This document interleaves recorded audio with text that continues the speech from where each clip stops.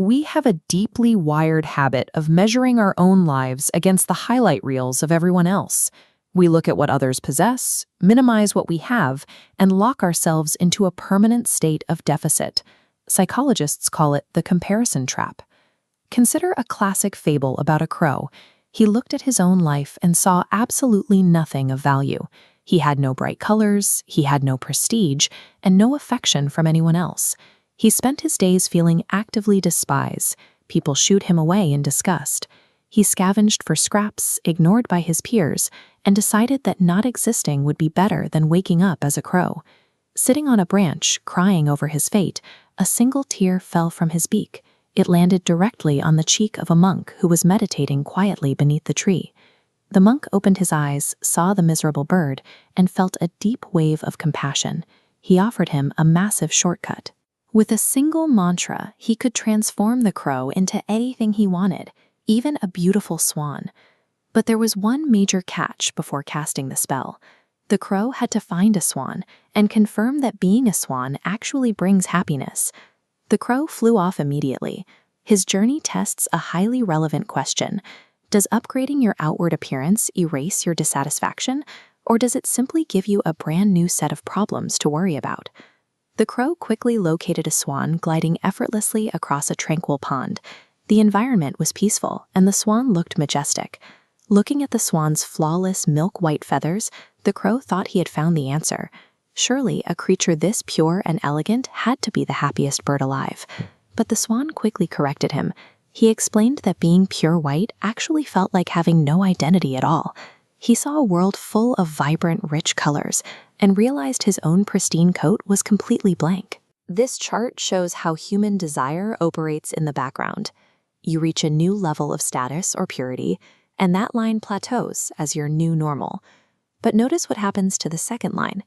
Your desire for whatever you are still missing immediately spikes, creating a brand new gap of unhappiness. This is baseline dissatisfaction. The swan had achieved peace, but he felt utterly hollow. He told the crow that true happiness must belong to the parrot, whose brilliant colors made life exciting. The target had moved, and the envy ladder grew another rung. Following the swan's advice, the crow traveled until he found a parrot. This bird had exactly what the swan was desperately longing for: a spectacular, multicolored coat of feathers. The crow approached the parrot, completely convinced that he had finally hit the summit. If a lack of color made the swan miserable, then possessing this level of vibrancy guaranteed a perfect life. The parrot shut that idea down. Those bright, eye-catching colors meant that human hunters were constantly trying to capture him. He lived his entire life looking over his shoulder, terrified of a net or a trap. When you possess extremely coveted traits, you acquire the burden of desirability. You become a prize for someone else to own. The parrot knew that his exact source of beauty could land him locked inside a small metal cage for the rest of his life. Being highly desirable translates to being highly vulnerable. The parrot wasn't experiencing joy. He was experiencing acute anxiety. To him, the only bird who could possibly be happy was the peacock, a creature so grand that people worshipped it rather than just keeping it as a pet. The crow flew to a major city zoo. He found a massive crowd of admiring humans pressing against a fence, cameras flashing, desperate to see one majestic peacock locked in place. After the crowd finally dispersed, the crow approached the enclosure. This had to be it. The peacock possessed extreme beauty, overwhelming public adoration, and undeniable peak status. But once the humans were gone, the peacock revealed the physical and emotional toll of his fame. Because he was so admired, people constantly broke into his enclosure to painfully pluck his feathers, to use as decorations in their own homes. This illustrates the paradox of peak status. Achieving the highest level of aesthetic triumphs doesn't insulate you from the world.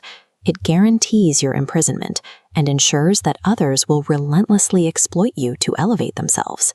The peacock had won the genetic lottery, and his grand prize was a life sentence in a cage. At the absolute summit of the envy hierarchy, having it all costs you your personal freedom.